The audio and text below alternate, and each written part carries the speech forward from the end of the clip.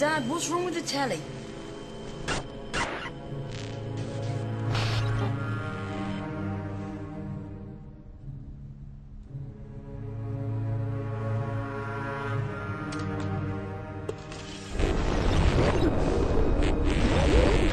Good evening, London. Allow me first to apologize for this Emergency channel! I do, like many of you, appreciate the comforts of the everyday routine, the security of the familiar, the tranquility, repetition. Bloody hell. I enjoy them as much as any bloke. But in the spirit of commemoration, Who's that, Mum? whereby those important events of the past, usually associated with someone's death or the end of some awful bloody struggle, are celebrated with a nice holiday, I thought we could mark this November the 5th, a day that is sadly no longer remembered, by taking some time out of our daily lives to sit down and have a little chat. There are, of course, those who do not want us to speak. Just let me I think. suspect even now orders are being shouted into telephones and men with guns will soon be on their way. It's Chancellor Sutler. Damn it! Why?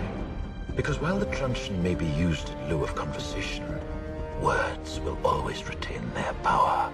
Words offer the means to meaning, and for those who will listen, the enunciation of truth. And the truth is, there is something terribly wrong with this country, isn't there? You designed it, sir. You wanted it foolproof. You told me every television in London. Cruelty and injustice, intolerance and oppression. And where once you had the freedom to object, to think and speak as you saw fit, you now have censors and systems of surveillance coercing your conformity and soliciting your submission. We need cameras. How did this happen? Who's to blame? Well, certainly there are those who are more responsible than others, and they will be held accountable. But again, truth be told, if you're looking for the guilty, you need only look into a mirror. I know why you did it. I know you were afraid. Who wouldn't be? War, terror, disease. There were a myriad of problems which conspired to corrupt your reason and rob you of your common sense. Fear got the best of you, and in your panic you turned to the now High Chancellor Adam Sutler.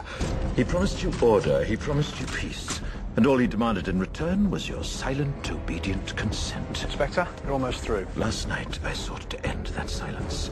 Last night, I destroyed the Old Bailey to remind this country of what it has forgotten. More than 400 years ago, a great citizen wished to embed the 5th of November forever in our memory. His hope was to remind the world that fairness, justice, and freedom are more than words. They are perspectives.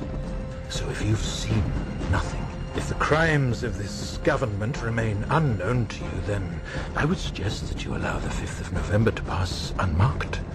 But if you see what I see, if you feel as I feel, and if you would seek as I seek, then I ask you to stand beside me 1 year from tonight, outside the gates of Parliament, and together we shall give them a 5th of November that shall never, ever be forgotten.